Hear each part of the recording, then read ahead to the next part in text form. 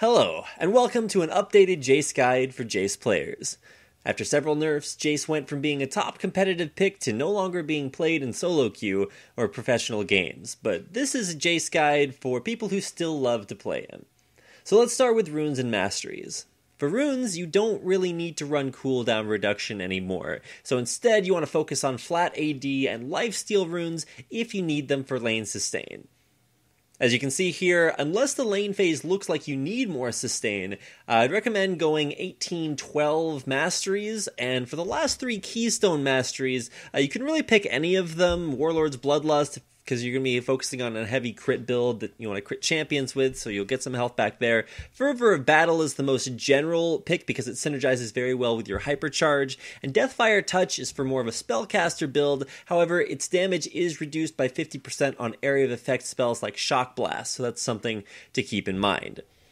Many League of Legends players think Jayce is strong in poke and strong in mid-game and early game, but Jayce is actually stronger and stronger each time you build a core item, and before the item changes in Season 5, Jayce didn't really have much of an item build choice other than going for armor penetration and then building either Bloodthirster or Infinity Edge, with items like Youmuu's Ghostblade, Black Cleaver, Last Whisper, things like that. But the strongest source of Jayce's damage is actually Hypercharge. That's his W from his cannon. He rapidly fires 3 auto attacks and really high burst potential later on in the game, especially if you buy a lot of crit chance or use Muramana's active. And if you thought that Jayce's Q and E were stronger, that's the Shock Blast combo, then you'd be right back in Season 3 when his acceleration gate had a much lower cooldown.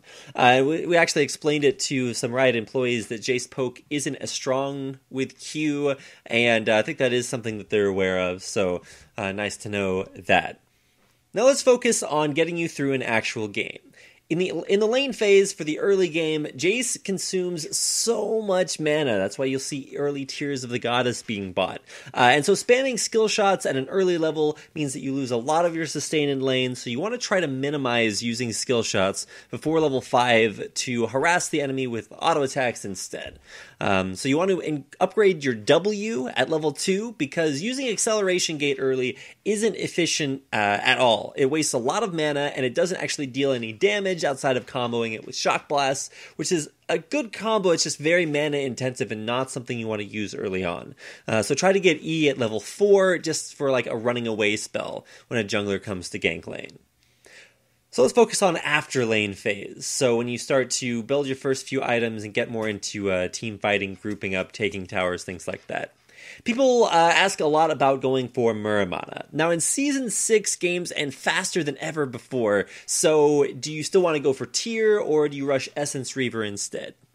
As we explained earlier in the beginning, Jayce uses Hypercharge as his main damage skill, which requires 2 things, the critical hit from crit items and Muramana's active.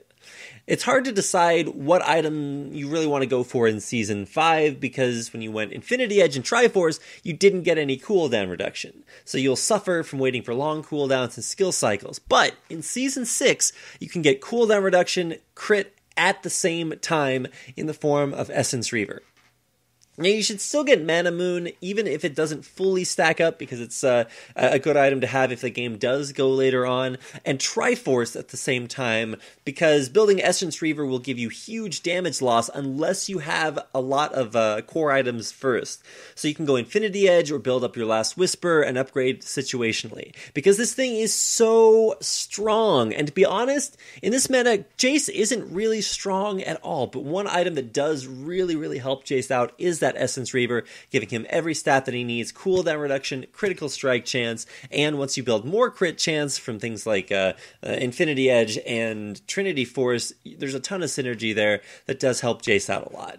Jayce isn't particularly strong in this meta, so we'll probably need a few more buffs to become perfectly balanced, but this is one of the best ways to play Jayce, so I hope you enjoyed the video.